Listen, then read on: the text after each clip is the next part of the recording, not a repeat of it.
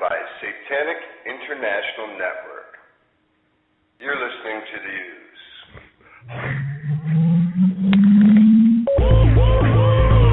I'm invocating every foul, wicked spirit in the host, the Ooze. 20 minutes, Zandarilove on the Ooze. Right now. On the Ooze, it's gonna fucking rock. Be there.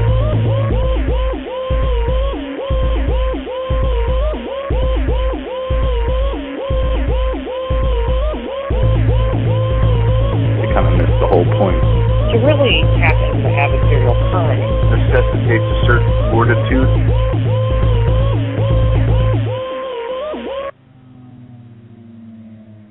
Now, on to our show. Thanks for tuning in, folks. I'm TC Downey, and with me on the line is Satanism's own version of Dr. House, Dan Dredd. How you doing, man? What's going on, Beast? What's going on? How you doing tonight? I'm doing fantastic, man. Like I was just saying, I just got out of the shower, sitting down, put together a couple ideas of things that I wanted to discuss this evening, and really looking forward to kind of, getting to a good show. I understand we might have to deal with some definitions up front, though. How about you, man? How are you doing? Oh, fuck, I'm doing fantastic, man. I can't complain. I feel like a million yen. Yeah. $1 million. So $50. No, I'm just yeah, about $50, yeah.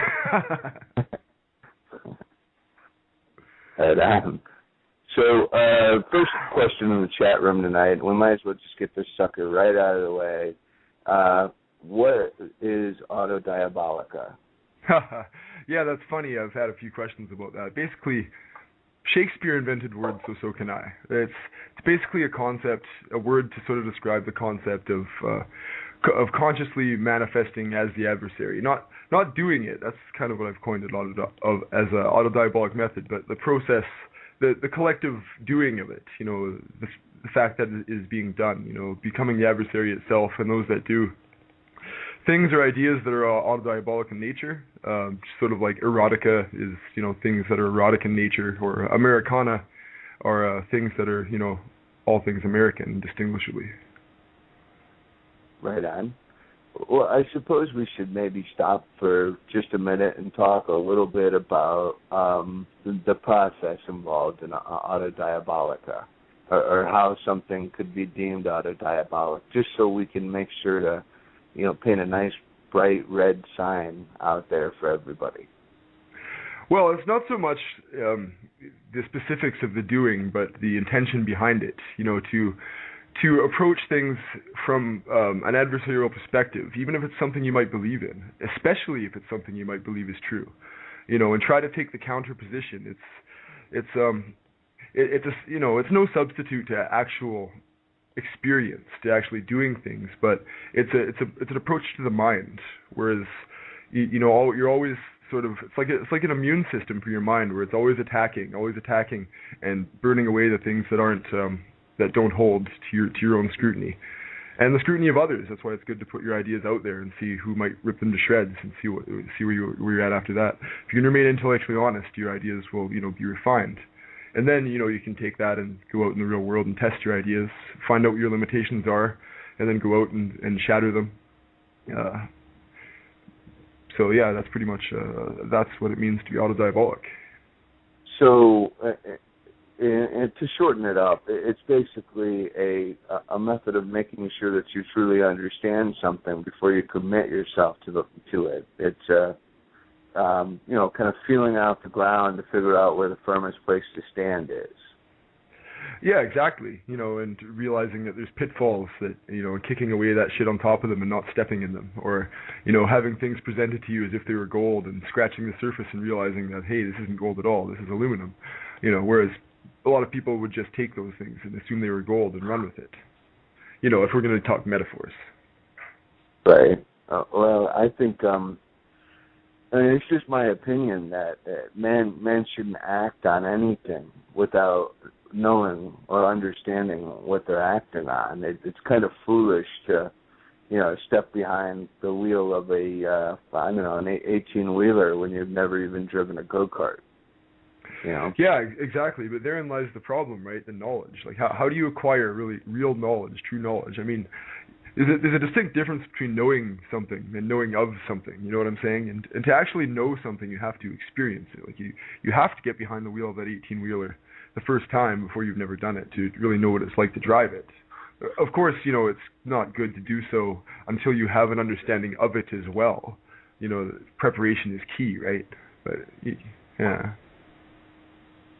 Right. Well, I think that, you know, to do anything that in a faith-based manner is foolish, but there always has to come that point in which you act a little on faith, and that's different than, you know, having faith. Acting a little on faith, taking a chance, risking something is different than placing some kind of blind belief, because if you're a truly calculated risk taker, you've done all the math and kind of weighed the odds out for yourself, and you know you have X percentage of chance of actually succeeding in this thing before you go forward with it.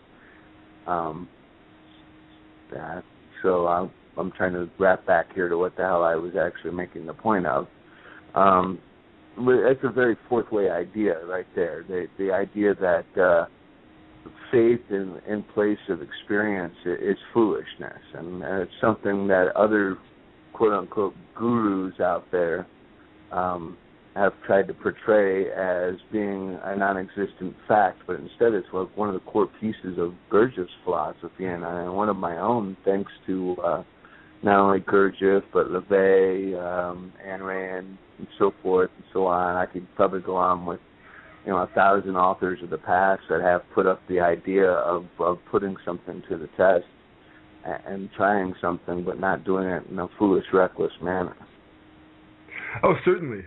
And as an aside, just kind of a little sticking point for me is it all depends on how you frame it. You don't really have to frame taking a risk as in a faith-based manner, because you're doing it with awareness, if you're doing it with awareness.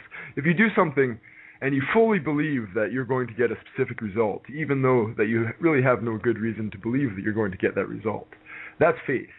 If you're going into something that's a calculated risk, and you realize that there's a good chance this might blow up in your face, but you also realize that there's a better chance that it's going to go through for you, that's not really a faith-based decision. That's a calculated risk. I think there's just a very important distinguishable difference between these two concepts. Absolutely. I'm trying to think here now. Well, what the next thing? I mean, tonight's whole show is really more about walking the sinister path, as you termed it in the past. Daring to be your own person, and daring to put these ideas, these things under scrutiny. And at some point, you're going to, if you're doing it right, get caught up and actually be the bad guy. So. Actually, that brings me around to another thing that I wanted to address. I mean, there's been a lot of talk about the ONA lately, and there's a lot of misconceptions. The number one misconception I seem to see, that people tend to, see ONA-oriented people as posturing or as pushing towards criminal activity, and that's not really the case. That being sinister isn't about earning your bad guy badge or being evil for the sake of being evil. It's about transgressing your own limits, which is not necessarily illegal in all instances. But the thing is that we were raised in and programmed by a cesspool of Magian ideology and ideas. And as such, being raised in this environment, most of our own limitations correlate to the limitations imposed by that system, which, a lot of the times equate to, our limitations being also the limitations of society. So some things will be illegal. If you want to bust your own limits, sometimes you have to bust the limits of the state as well. But, I mean, there's plenty of sinister activity, that I would define as sinister that's completely legal. I mean, go climb a cliff with no ropes. I did this. I was about 18 years old, and there's about a 100-foot cliff that I was down on the beach. I was working with this guy. We were dragging logs off the beach and cutting them into firewood. And anyway, we're on a break, and we're on the beach smoking a doobie, 18 years old, and we're talking about cliff climbing. And I'm looking at this cliff, and it's about 100 feet. And the first 50 feet look like they're fairly easy to scale. And the last 50, I'm looking at it, I'm thinking, I could probably climb that easily. And And Dave, the guy I was with, he's like, no, man, you shouldn't do that. But I did it anyway, right? And I got right to the top, about, I don't know, 8 feet, 9 feet from the top. And then I realized that there's no more handholds, you know. So I get to thinking, like, I look down and I realize there's no way I can climb down. And I look up and there's not really anywhere to go. And I look down to the rocks, you know, crashing on the beach like a fucking movie.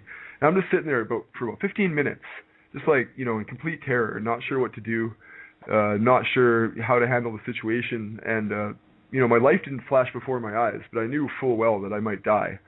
And there was a root about, I don't know, what it looked like out of my reach, sort of sticking out of the cliff and then looping around back in, like a thick root. And I just lunged for it, you know. And there was a moment where I was not touching the cliff and I was not touching the root, and I was in midair between the two. And that right there was pretty much the most sinister experience that you could imagine, like being on the edge of life and death. Obviously, I caught it because I'm here to tell you the story today. Right on. Well, I mean, that kind of demonstration, or that kind of example that you're presenting there is kind of an extreme version of, I mean, maybe what we don't realize every day, that is that, you know, every time you take an action, there's a certain level of risk involved in it, and the question is if you're willing to, you know, raise the stakes, so to speak. And if you do raise those stakes and are willing to suffer the consequences that come with them, the moments when you're triumphant, you know, it gives you something to really reflect back on. Like, I mean, climbing a 100-foot cliff, and really worst case scenario, unless you absolutely, you know, landed wrong, worst case scenario, you get a broken back and you're laid up in the hospital for 6 months or something like that. I don't think that was actually an entirely life-threatening thing, but oh no, man! I would have died for sure. It was jagged rocks. This is the west coast of Vancouver Island. I don't know if you've ever been there. It was jagged rocks. No. It was all bedrock. There was no beach or anything. It was certain death. At least in my mind, it was. Okay. Okay. Well, I mean, regardless, and it's not really important, so to speak. I think this is what I was getting at. It's not really important what the realistic possibilities of you dying was, but was important that it was in your mind, you conceived yourself as being at risk, and that actually was a driving force to propel you to act on that risk and reach for that branch, even though, you know, the odds were stacked completely against you. It's something Sun Tzu talked about a lot.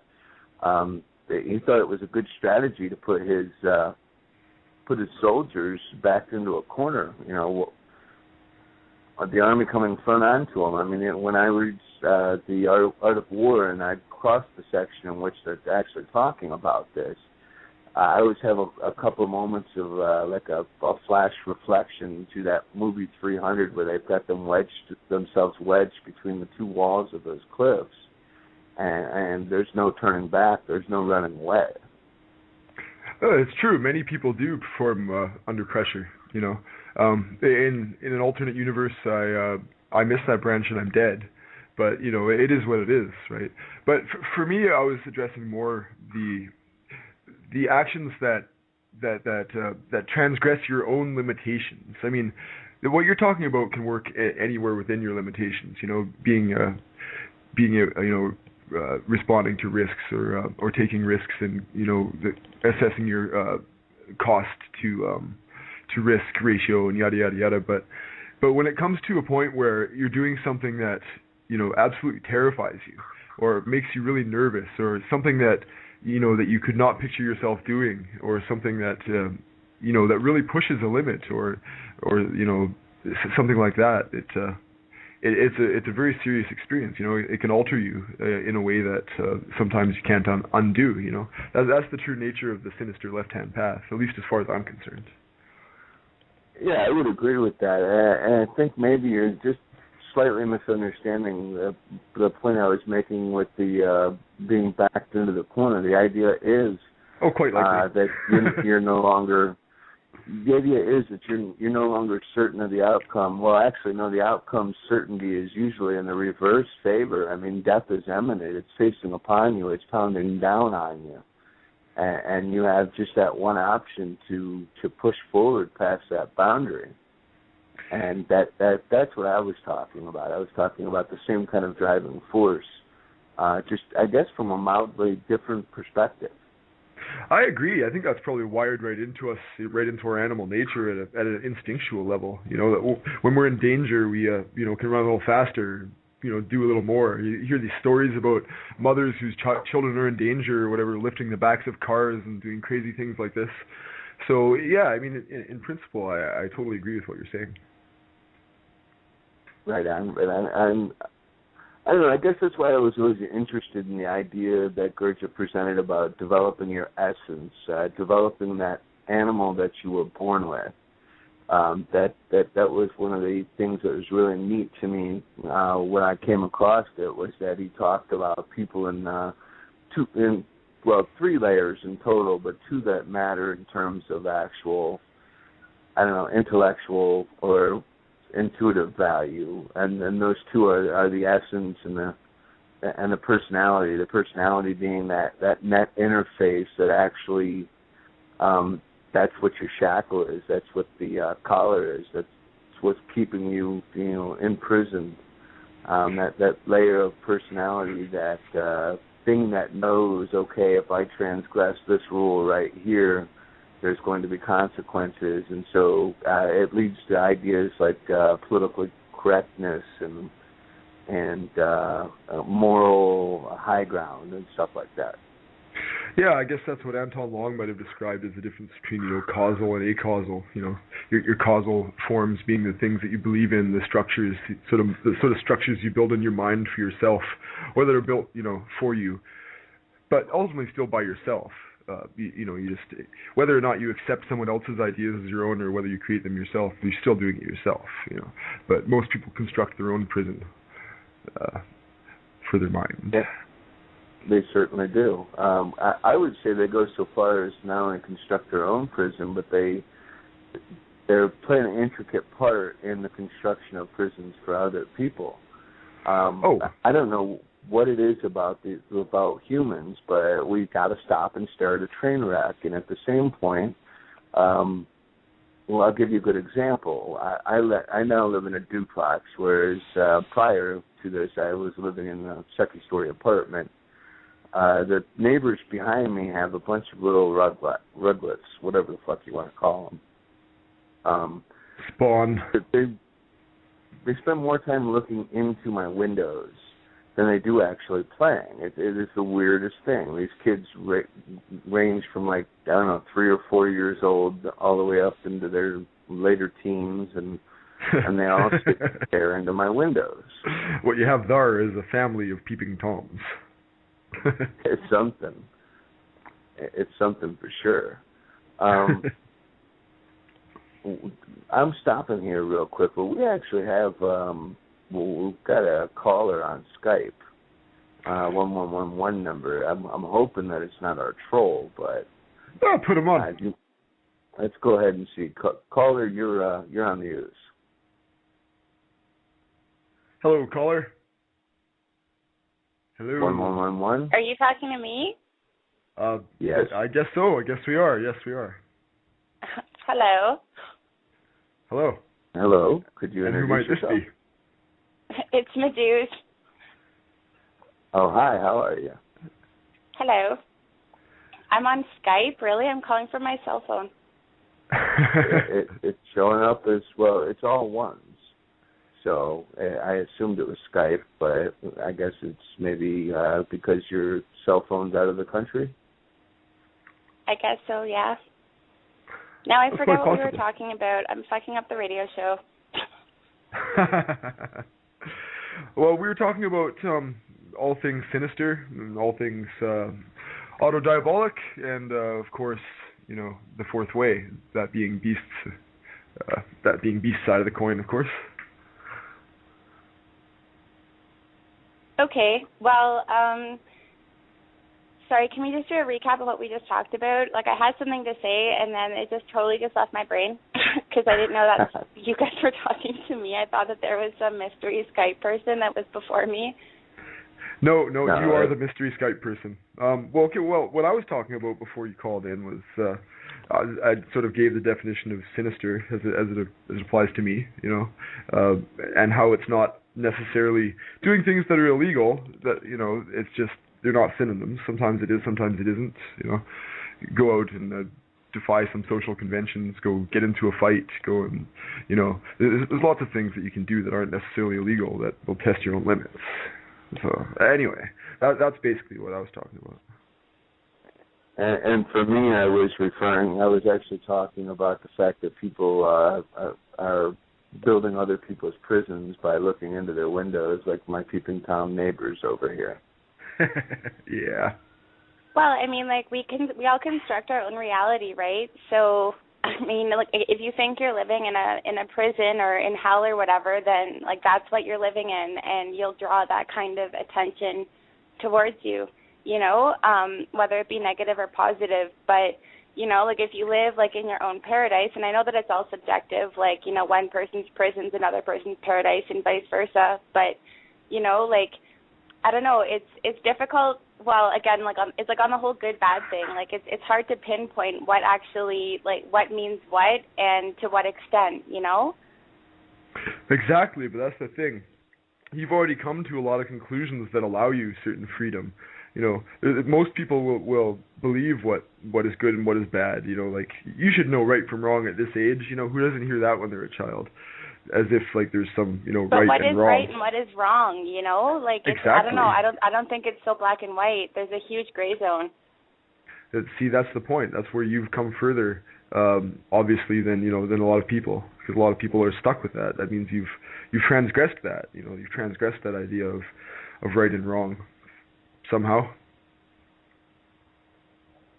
I don't know, like I've always been really, like to quote Ghostbusters, like really fuzzy on the whole good bad thing, because when I was little, like, I was told that I was a rotten kid, and at the same time I was told that I was a great kid by all my friends' parents, so like I don't like I said, it's hard to nail that way.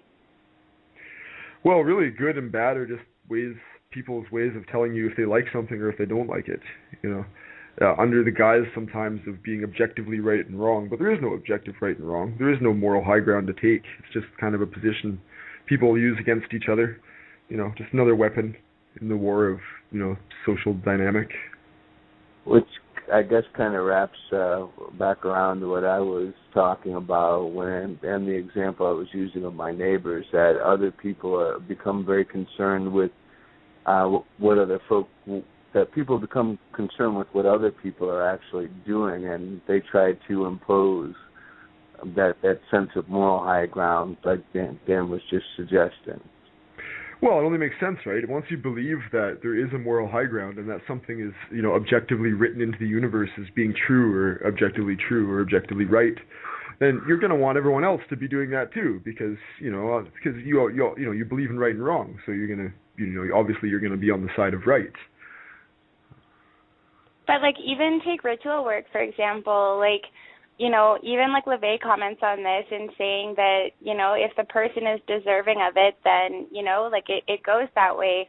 And, like, your curse or whatever the fuck else is, or pardon my French, but whatever else is going to, like, will go through adequately. And in my experience, that's true.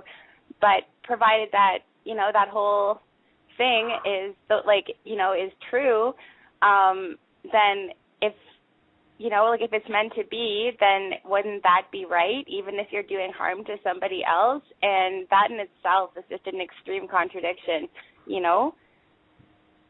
Yeah, I mean, you can define right and wrong as, like, right as being what is true and wrong as being what isn't true. That's as good of definition as any. I mean, but what is true, like what textbooks tell us? No, it's what is true is what you can experience for yourself and the information you can extrapolate, for yourself from that. That, truth is a very subjective thing. You can say that, it's true that the sky is blue, but blue is still just a subjective thing that we all share based on our sensory, stimuli. No, of course, because there are people who are, like, colorblind and stuff like that. But, like, take, history, for example. Like, I learned about, Canadian history and whatever, like, grades 4 and 8, and it was boring as shit. But, like, I'm taking from what I learned from my teacher and what I see written in the textbook as being, quote unquote true. And, like maybe it always necessarily isn't. Like I've thought a lot about, maybe 15 or 20 years from now when 9/11 is probably going to be written into a textbook somewhere, and what's going to be said like on, that whole subject. Like not to bring that up as like the main focus or whatever, but just as an example, what we're told, whether like whatever form of media or media it is, whether it's like printed press or the news or whatever else, like it's completely biased, and it's like what can we even really like perceive to be true in the first place?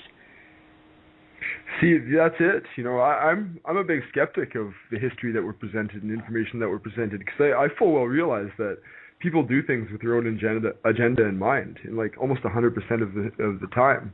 Whether they be politicians, they get that power for their own good. It's always the victors that write the history. What do you think World War II history would look like right now if the Germans had won? What kind of monsters would Americans be portrayed as? What kind of monsters would the Brits be portrayed as? It's common knowledge that the Germans had death camps and whatnot, and they had concentration camps. But it's not so well known that also in America there was internment camps for Japanese people, in which many Japanese people died. But you don't hear about that shit in American history textbooks, right? No, exactly. No, really. And like even to further like put it into like a different frame, like think about the Americans or Canadians or whoever that were in Japan during World War II, like how were they treated? Like was there, some kind of camp for them? Like were they like, I don't know, I don't even know the word, but were they like separated into their own little, I don't know, compound or whatever? You know what? I've never, I really don't know thing one about that, the treatment of Allied citizens in Japan. I don't know. That's a good question, though. It's something I'm going to have to research. I brought that up in actually my history class in like grade 10 or 11, and it was like the ending question on some essay that I wrote, and my teacher, because the last line of my essay was something like, how were Canadians or Americans treated in Japan at the same time, or in any of these places, and my teacher just wrote a bunch of question marks, and I got a C-. And it's like, what? Really? Okay. It's not part of the curriculum. You're not supposed to know that. I'm of the opinion, I have a lot of opinions, obviously. I'm of the opinion that the education system is kind of rigged to push you in a certain direction, to push you into the system and then get a job and buy a house and become in debt and contribute to the wheel, and keep things rolling. It kind of pushes you in that direction. And when you start asking things and doing things that don't really jive with that, especially school teachers, because they have very specific training, if it's not the curriculum, chances are they don't know the answer.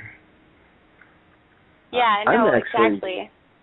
And rather than admit that, they'd rather just, say that you're out of line or what you're saying is inadequate. And I can't even count how many teachers I've had that I've been in this situation with, not just with this example, but generally, like I've said before, I always argue the opposite. It doesn't matter what the hell I'm talking about or if I even agree with what it is I'm saying, but if there's a general opinion and then, the other side of it's never touched, I'll touch the other side, and that's when I get fucking, nailed.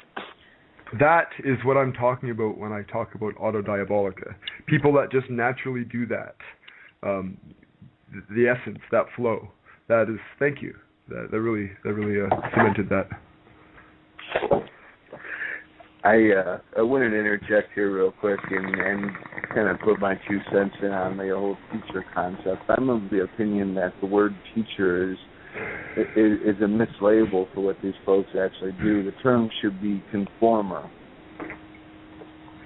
Conditioner. Or a programmer. Yeah, programmer. Yeah, exactly. That's how I feel too.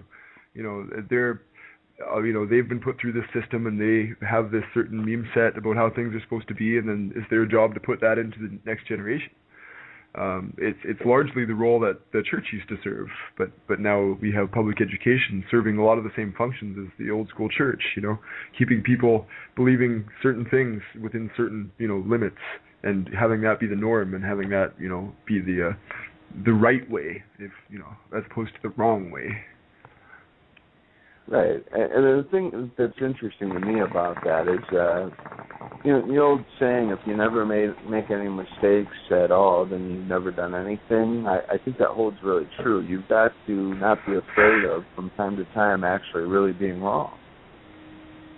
Being wrong is the greatest victory of all, because once you're wrong, you've ejected something that you were holding as true previously, and replacing it with something better, something more accurate. Every time you're wrong, you grow. I love to be wrong. It never happens anymore. But no, I'm kidding. It happens all the time. It's weird to think about, with the same teachers that teach us whatever it is that we're taught in school. Obviously they're each their own person, and it makes you think, maybe they think the same way that we do, but they're forced to teach, or whatever verb you want to use, a certain way, because that's what they have to do in order to make their money, just like everyone else who fucking hates their job, and it makes you think. That is actually one of the key, in my opinion, memes that holds things together, that makes the machine keep running. The sort of idea that, well, I'm just doing my job. Cops will say that, well, I'm just doing my job. Yeah, I don't agree with the state, but I'm just doing my job, or, I'm, doing things reprehensible. No, I'm just doing my job, soldiers killing other people, they don't agree with killing or whatever, but no, they're just doing their job, It's that exact thing that keeps, that keeps people in slavery. You know what I'm saying? Yeah, and it's really funny because you look at the songs they sing in church and shit, and onward Christian soldiers, that in itself, in my opinion, is an oxymoron. Christian soldiers, really, isn't that in itself saying exactly what the church doesn't want us to do? Being a soldier, because being a soldier doesn't entail just being super stand up and whatever else, there's, quote unquote sin involved in being a soldier, Oh, well, if you were to start unwinding the contradictory nature of the Bible, not just the Bible, but the Christians that practice it and don't practice it, and how it's interpreted and reinterpreted, and the copious layers of exegesis and eisegesis, which basically means either inventing meaning out of it or reading meaning into it that you pretty much invent for yourself. Then the shit that people are doing nowadays, calling Christianity, has nothing to do with what the Bible says. Yeah, no. Well, of course. What the Bible says is bullshit too, but the way that it's interpreted, if the character Jesus were to appear in conservative Christianity in the Bible Belt, he would be the first to get fucking ostracized. He's the opposite of what those guys like.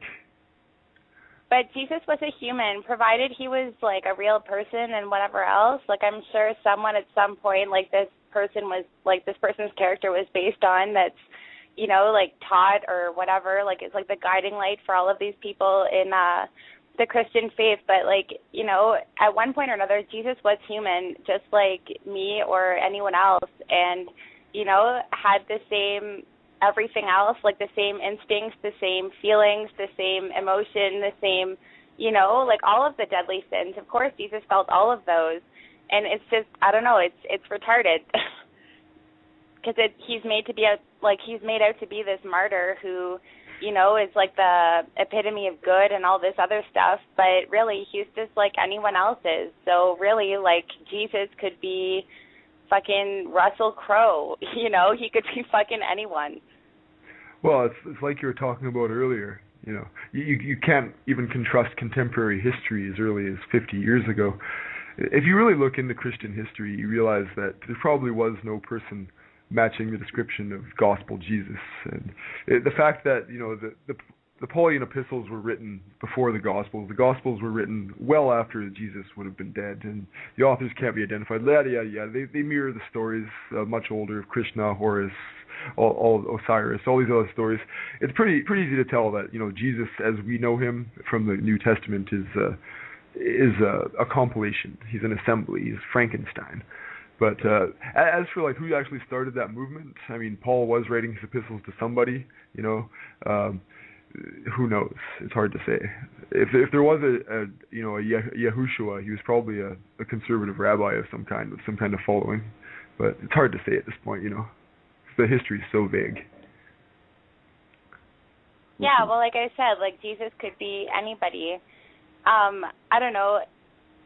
Maybe he did exist, like, because, you know, healing powers aren't, you know, a complete fairy tale. Like, there's, you know, people who practice chi and all this stuff, and I've seen it. Like, I've seen someone fucking start a fire with their own hands just by, you know, like, exerting energy. I've had, like, when I briefly took Kung Fu, my Sifu, I had a migraine one day. I used to get really bad migraines, and he just put his hands around my head for, like, a minute, and he had this crazy force field of energy that just got rid of my headache, you know? I believe that those powers are indeed true, and like because I've experienced them myself, but so I don't think that the idea that Jesus was like a healing, someone who could heal, like that's, I'm like maybe that is true, and I'm inclined to believe that at some point in time or another that maybe this person did exist, but whether he's this perfect whatever being, well, I mean, like, what is perfect, but provided he is this person, it's, like, for him to be this perfect being, like, that in itself is impossible, which, like, you know, I'm kind of rambling, but yeah. Well, he was described more as a spiritual force by Paul in his epistles, and even in the Gospels themselves, he doesn't make the claim of being God, although you can interpret one from the last of them. He's the Lamb of God, or whatever the fuck. Oh, you have to go to Revelation for that, and Revelation is just a crazy fucking acid trip, but anyway. Revelations is an awesome story. All right, Beast, you still there, buddy? Yeah, I'm still here, man. I'm actually was just fooling around trying to get this Skype thing working so I can put my headset on and relax a little bit. So hang on just one quick second, man. All right, buddy, all right.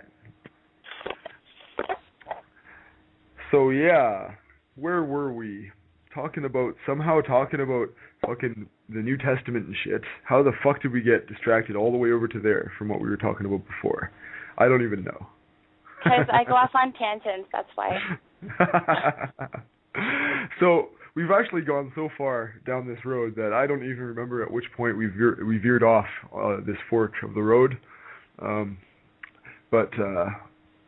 originally it was like the idea that the people who teach us may themselves, you know, have similar beliefs to the ones that we have, but are just you know, doing their job, so to speak. Yes, and then I went off on that little tangent about blah, blah, blah, blah. Yes, anyway. Welcome back, Beast. Thanks, man. I finally got this thing working right, I think. Is there an echo? No, you sound good. All right, excellent. Something I wanted to bring up in the actual content of the show is an idea that you and I both share. And one that Gurdjieff shared as well, and that idea is the idea of intentional suffering, placing yourself at odds. I mean, I guess we kind of touched on that a little bit with the being backed up against a mountain and the example with the cliff, but I thought that it would be a good thing to explain that, you know, this doesn't necessarily have to be the end-all, be-all of risk-taking every time you're doing it, but rather that you should be doing it in small successions with everything that you do in life. You should constantly be testing your limits. That's, I think, one of the most beautiful things about children, and something that we lose as an adult. I agree completely. And, yeah, that's shit. Hold on a second. Sure.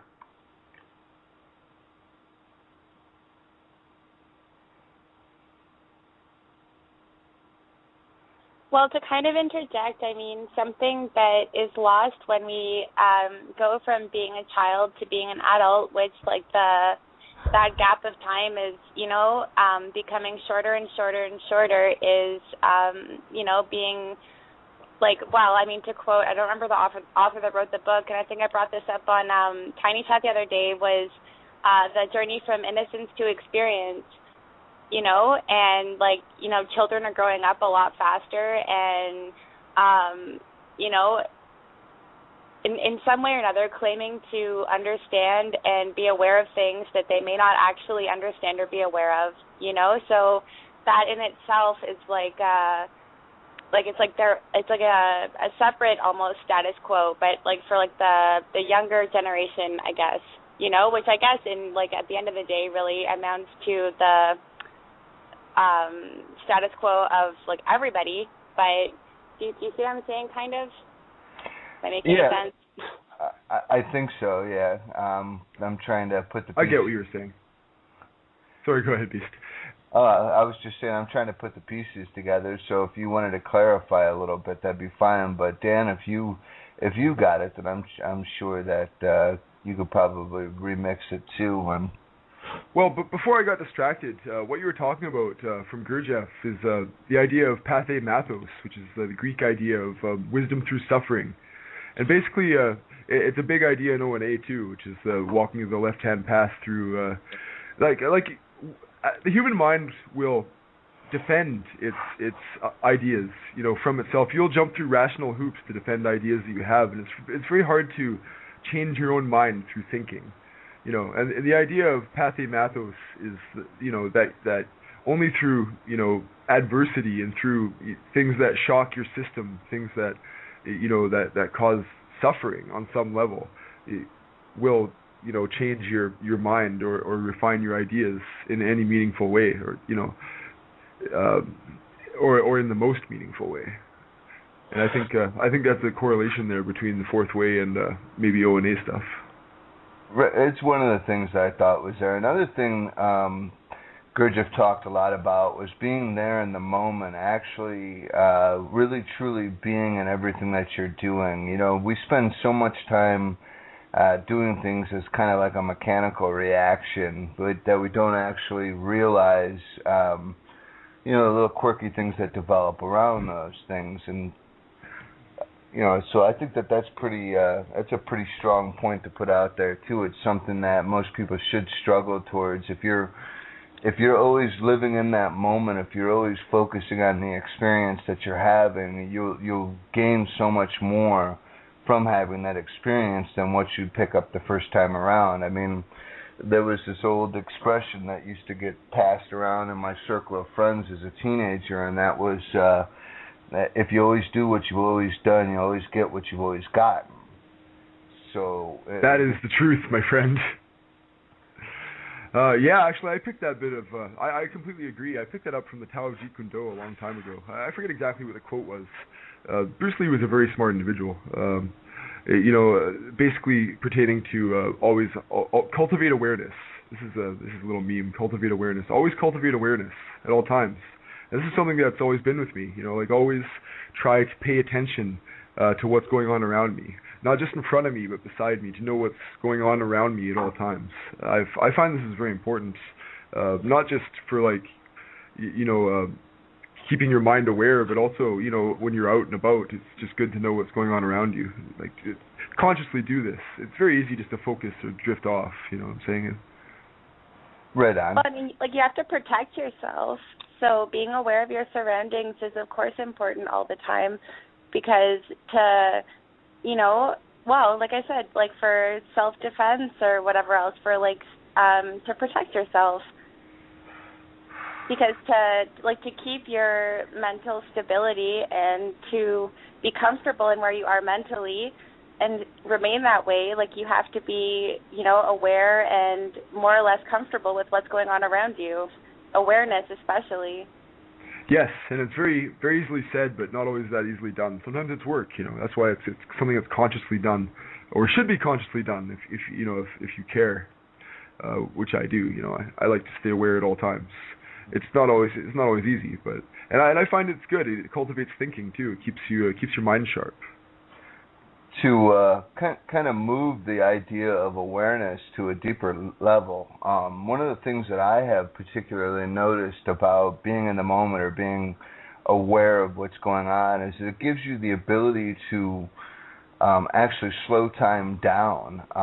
It's something that I kind of picked up on as I waited for those last 2 or 3 minutes of each period to end so that I could go smoke a joint, outside before I had to get to my next class. It always seemed like those last 2 or 3 minutes would last an eon, where the hour prior to that was nothing. It was just a few minutes. But a few minutes is totally everything, and I can totally relate because when I was in high school, I used to row, and I used to have to wake up at 3:45 in the morning to, be up and get my shit together and be down by the lake, and I'd wake up at 3:40 as opposed to 3:45, and knowing that I had that 5 minutes, it felt like I got an extra night's sleep, Time's a funny thing in the way we perceive it. I noticed I used to do Kung Fu for a really long time. I did Wing Chun Kung Fu. And I noticed that things will seem very fast until you really focus in and you're aware of what it is they're going to do and the techniques they're going to use. And it all seems to slow down to a point where you can handle it quite easily and just relax. But it's all a matter of how you perceive it. Time is really just this sort of fictional construct. It's just how we are aware of the deterministic nature of things happening in order. And how we perceive that isn't necessarily written in stone. Well, yeah, no, of course, because we as humans experience time in one way, but dogs and cats and other animals, even something as little as a protist or something else experiences time in a completely different way. So time is really just a bunch of shit. Yeah, well, it's useful for us, it's not something you can really peg. Yeah, it's useful as a gauge for us, but really it's an abstract concept. I mean, how do you know that a tree doesn't experience its entire growth cycle the same way that we experience a week? You don't know. It doesn't matter. Do they experience time, or is time just something that exists in the human brain, or it's just a lot of theory. I don't really think it matters that much. No, I don't think so either. I will kind of actually point to something and just say that it's a suspicious coincidence that it occurs this way. One of the things that's notable to me about people of Asian descent is the length of time in which they actually live in comparison to the rest of the world. And I sometimes often wonder, because it's popular over there to work on your concentration and work on your awareness, and it's just something that's fabricated into the culture over there, that if that doesn't actually have something to do with stretching the actual lifespan of that person. Well, it's that, probably does have something to do with it. Kung Fu masters tend to live to an old age, you know what I'm saying? But it's also the fact that Asians tend to have smaller bodies and they tend to eat less, carbohydrates and beef and Big Macs. Yeah, you would think that, but I've spent some time over there, man, and I've got to say that their everyday diet isn't exactly what I would put as being the picture diet that you would find in GNC magazine or something. Deep fried everything? I don't know. I've never been to China. I can't tell you. Yeah, I mean, a lot of stuff's deep fried. The way that it's prepared is oftentimes whatever they can actually put into there. If they're wealthy, they can afford to trim the fat, but if they're not, man, then they need all the nourishment they can get, whether it's good or bad or beneficial or not. That's survival. Yeah, absolutely. It's just a peculiar thing, because I would agree about the smaller body thing, and you would think, we get the idea that rice and vegetables and less meat and all that good stuff is a more healthy way of eating, but it really is a lot of how it's prepared. I would say martial arts too, probably. Martial arts is a big thing. Tai Chi, Kung Fu, things you can do into your old age that keep your body tip top. Which older people here tend to just sit around and get fat and watch TV. So there's that too. Right. Oh, I would agree with that. And as a matter of fact, I would point to the fact that that's them focusing on their body. Yeah. Oh, I would completely agree with that. an act of will, you know, and keeping the body and the mind together strong, long life. That's my theory anyway. Hopefully I'll be able to tell you about it in 50 years.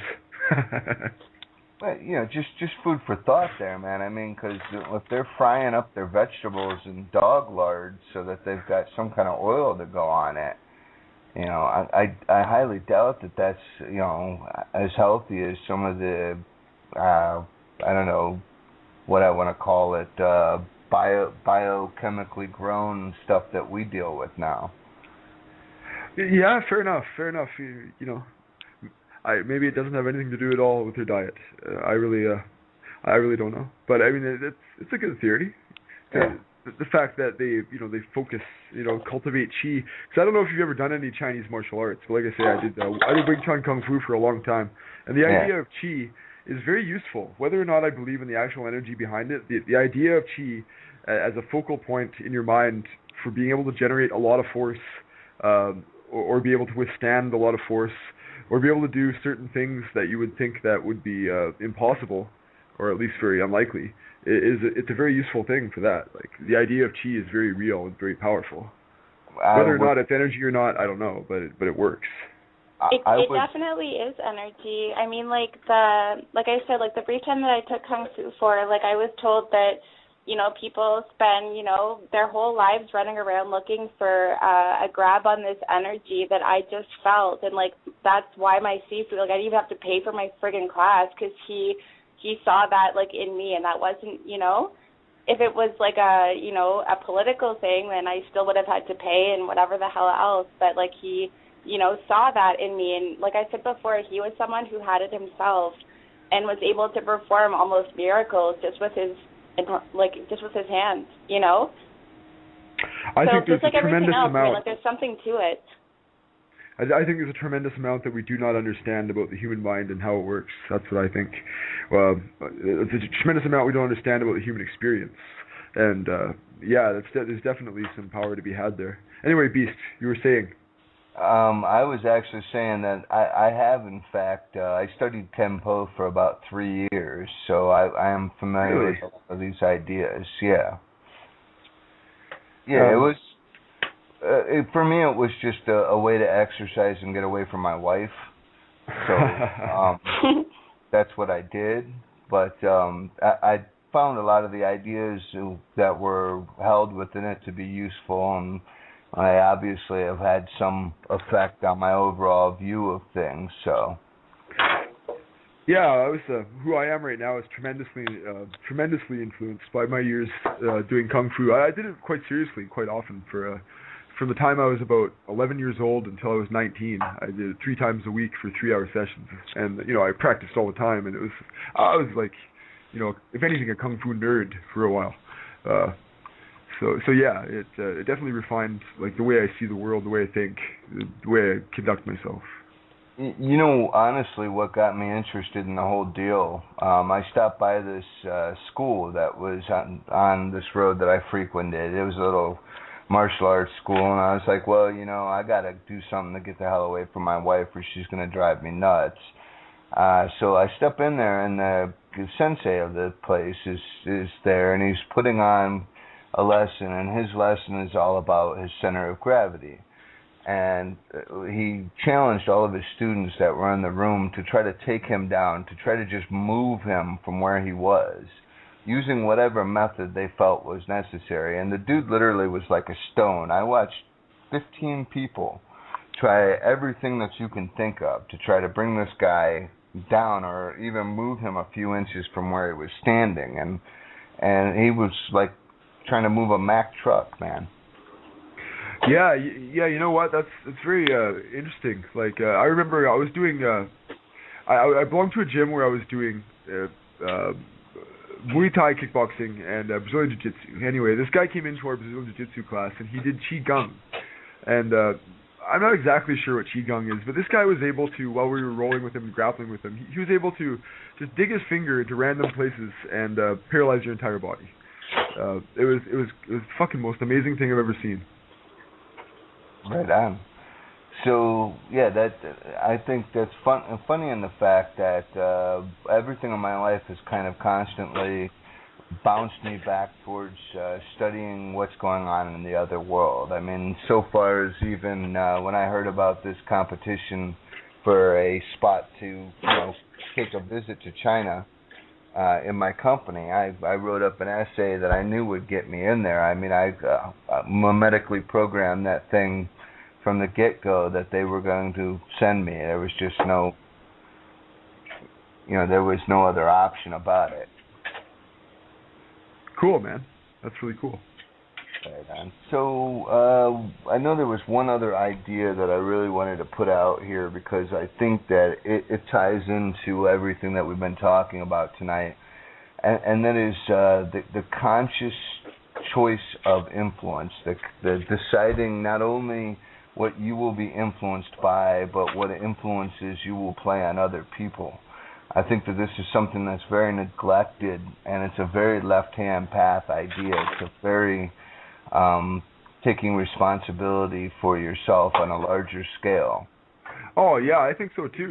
It's very important to identify what exactly is limiting you or what exactly is influencing you, and then choosing, whether or not you want to try to do something about this limitation, or this influence, or whether or not that it's beneficial. Which, that's something that people forget. It's oftentimes, these memes that are influencing you are beneficial. They're not always harmful. Right on. So we got about 4 minutes left. I think it's cool that we slow down the show a little bit. There's a couple of things I wanted to make mention about. One is that this weekend here on the Ooze, we're celebrating the 1-year anniversary of Satanic International Network. Oh, yeah, that's right. Happy birthday, Sin. That's right. Sin, something that I've been involved in since, I think day one. It's really taken off. It's blossomed in a way that I kind of knew it would when Zach started telling me about his idea. And so it's great to kind of see how it's grown, and we've actually gotten the chance to meet some great folks like Medusa here and yourself, Dan. I don't think you and I would have ever really connected the way we did if we didn't spend endless hours in that chat room on Sin. Well, the great thing about Sin is that there was this sort of burgeoning YouTube community of people that were interested in Satanism and talking about Satanism, and then there was like the old school people that had sort of been around the net forever, on these forums. And Sin is the first time that these two groups really ever came together into one group, and is why it's been so successful. It's been drawing so much traffic from Sin or from YouTube, but it also has all the OGs. If I hate to use that term, but all the people that have been around this scene for a long time. And I've been around this scene for a long time. Not that I've always been spending as much time as I do on Sin, because Sin is truly one of the better websites or better satanic venues of recent memory. That's for sure. And there's never been a chat room as busy under a satanic banner like this in the history of the entire internet that I'm aware of. I would Sorry agree. to interrupt, guys. I've got a client. I gotta go. Thanks for having me on the show. Thanks for calling in, Medusa. Bye. All right, and that actually takes me to the last little point that I wanted to hit with the last minute we got left. There has been a video put out recently. In this video, there was a mistaken claim about myself and the people that I associate with, or at least from my perspective. And that claim was that we somehow consider ourselves or profess ourselves to be leaders in this left-hand path community, and I just I don't want anybody to ever think of me as being somebody who considers myself to be a leader. I would never ask another person to follow me. I'm with you there. I actively discourage that sort of behavior. What I want ultimately is peers. Peers, man. Cultivating peers. That's really the best you can hope for. Right, and I'm just a little bit different in that, and that I'm more looking for brothers.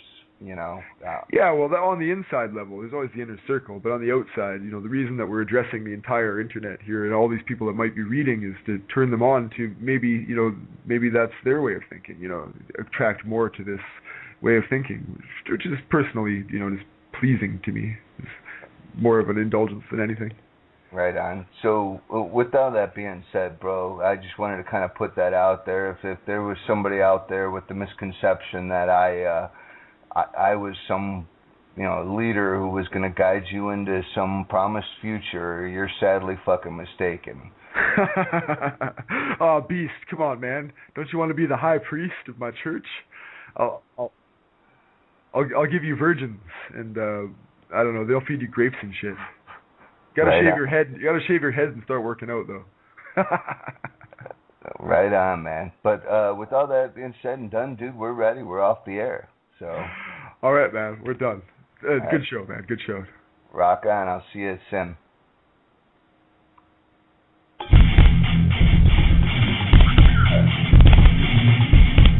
Thank you for listening to the Ooze. Opinions expressed by our guests or callers do not necessarily represent the opinions held by TC, Zach, Jason, Matt, or any other institution represented by them. If you have been offended by the production of this show, we are sorry, but as the old expression goes, tough luck. Special thanks goes out to Rocky DeRoma for his contribution to this outro. The Ooze is a Creative Oddity Studios product and is presented by Titanic